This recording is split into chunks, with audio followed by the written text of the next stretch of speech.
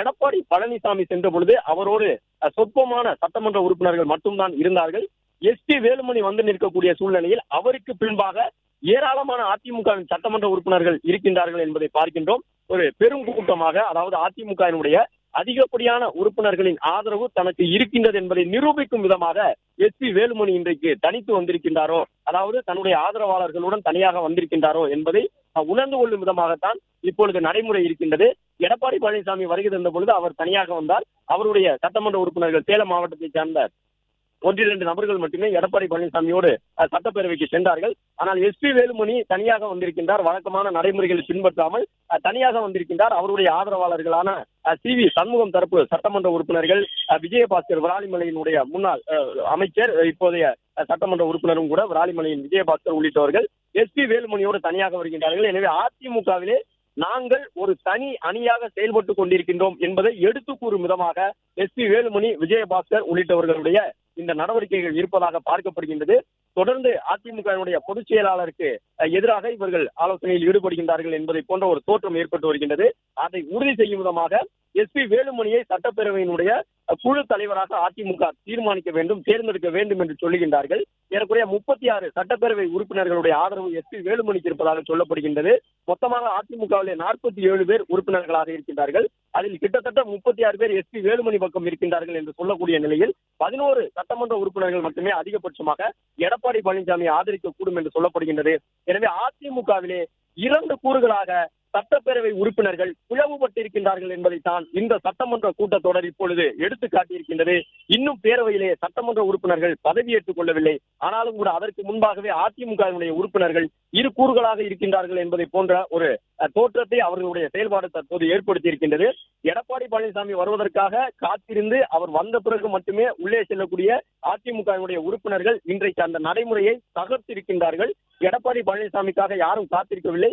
வந்த உறுப்பினர்கள் லால்குடியினுடைய லீமாரோஸ் கடந்த சில நாட்களுக்கு முன்பாக அதிமுகவிலே இணைந்த கையோடு லால்குடி தொகுதியிலே வாய்ப்பை பெற்று லால்குடியில் வெற்றி பெற்று முதல் முறையாக அதிமுகவின் சார்பிலே சட்டமன்ற உறுப்பினராகி இருக்கக்கூடிய லீமாரோஸ் கூட அவர் வந்து இறங்கியவுடன் நேரடியாக உள்ளே சென்று விட்டார்.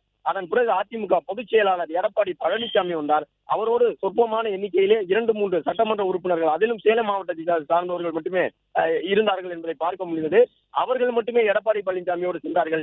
எடப்பாடி பழனிசாமி சென்று 5 நிமிடத்திற்கு பிறகாக எஸ்.பி. வேலுமணி வருகை தந்தார். எஸ்.பி. வேலுமணி வந்த பொழுது அவரை சுற்றிலும் ஒரு பெரிய கூட்டம். வழக்கமாக எடப்பாடி பழனிசாமி வரும்பொழுது எப்படி அதிமுக சட்டமன்ற உறுப்பினர்கள் ஒரு பெரும் கூட்டமாக நிறைந்து இருந்து அந்த இடத்திலே எடப்பாடி பழனிசாமி அழைத்து செல்வார்களோ, அதே போன்று இன்றைக்கு எஸ்.பி. வேலுமணியை அதிமுகவினுடைய சட்டமன்ற உறுப்பினர்கள் அழைத்து சென்றிருக்கின்றார்கள் என்பதை பார்க்கின்றோம். விஜயபாஸ்கர் தன்னுடைய ஆதரவு சட்டமன்ற உறுப்பினர்களோடு வந்தார். சி.வி. சண்முகம் தரப்பு ஆதரவு சட்டமன்ற உறுப்பினர்களும் கூட எஸ்.பி. வேலுமணிக்காக ஒரு பின்பாகவே அணிவகுத்து வந்திருக்கின்றார்கள். எஸ்.பி. வேலுமணி இது போன்று தனித்து வரமாட்டார். எப்பொழுதுமே இசக்கி சுப்பையா, விஜயபாஸ்கர் உள்ளிட்டவர்களையும் அழைத்து வந்திருக்கின்றார் என்பதை பார்க்கின்றோம். எடப்பாடி பழனிசாமியோடு வந்தவர்கள் எடுத்துக்கொண்டோம் என்றால் அதிமுகவினுடைய உறுப்பினரான வெங்கடாசலம் வந்தார், ஓ.எஸ். மணியன் வந்தார், கீழ்பெண்ணாத்தூர் சட்டமன்ற உறுப்பினர் ராமச்சந்திரன் வந்தார், அட்ரி கிருஷ்ணமூர்த்தி, கே.சி. கருப்பணன் உள்ளிட்ட சிலர் மட்டும்தான் வந்திருந்தார்கள். அரூர் உறுப்பினர் எடப்பாடி பழனிசாமியோடு சென்றிருந்தார். எனவே எடப்பாடி பழனிசாமியோடு சென்ற உறுப்பினர்கள் என்று பார்த்தோம் என்றால் மொத்தமாகவே ஒரு 5 முதல் 7 சட்டமன்ற உறுப்பினர்களுக்கு உள்ளாகத்தான் இருக்கின்றார்கள். ஆனால் மற்ற உறுப்பினர்கள் அனைவருமே கிட்டத்தட்ட ஒரு 20க்கும் மேற்பட்ட உறுப்பினர்கள் எஸ்.பி. வேலுமணியோடு வந்திருக்கின்றார்கள் என்பதை பார்க்க முடிகின்றது. எனவே அதிமுகவிலே 2 கூறுகளாக தற்போது இருக்கின்றார்கள். எஸ்.பி. வேலுமணி தலைமையிலே வெற்றி பெற்ற சட்டமன்ற உறுப்பினர்களில் பெரும்பான்மையினர் அணிவகுத்து திரண்டு இருக்கின்றார்கள் என்பதை எடுத்துக் கூறும் விதமாகத்தான் இருந்திருக்கின்றது. அதிமுக பொதுச் செயலாளர் செல்லும் பொழுது ஒரு சராசரி சட்டப்பேரவை உறுப்பினரை போன்று அவர் அந்த எண் 4 வழியாக சென்று விட்டார். ஆனால் எஸ்.பி. வேலுமணி செல்லும் பொழுது கிட்டத்தட்ட எதிர்க்கட்சி தலைவராக இருந்த பொழுது அதிமுகவினுடைய பொதுச் செயலாளர் எப்படி சட்டமன்ற உறுப்பினர்கள் நிறைந்திருக்க அங்கே நடந்து செல்வாரோ அதே போன்ற ஒரு தோற்றத்தோடு எஸ்.பி. வேலுமணி தற்பொழுது உள்ளே சென்றிருக்கின்றார்.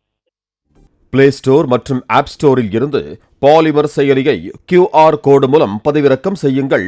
செய்திகளை உடனுக்குடன் பெறுங்கள்.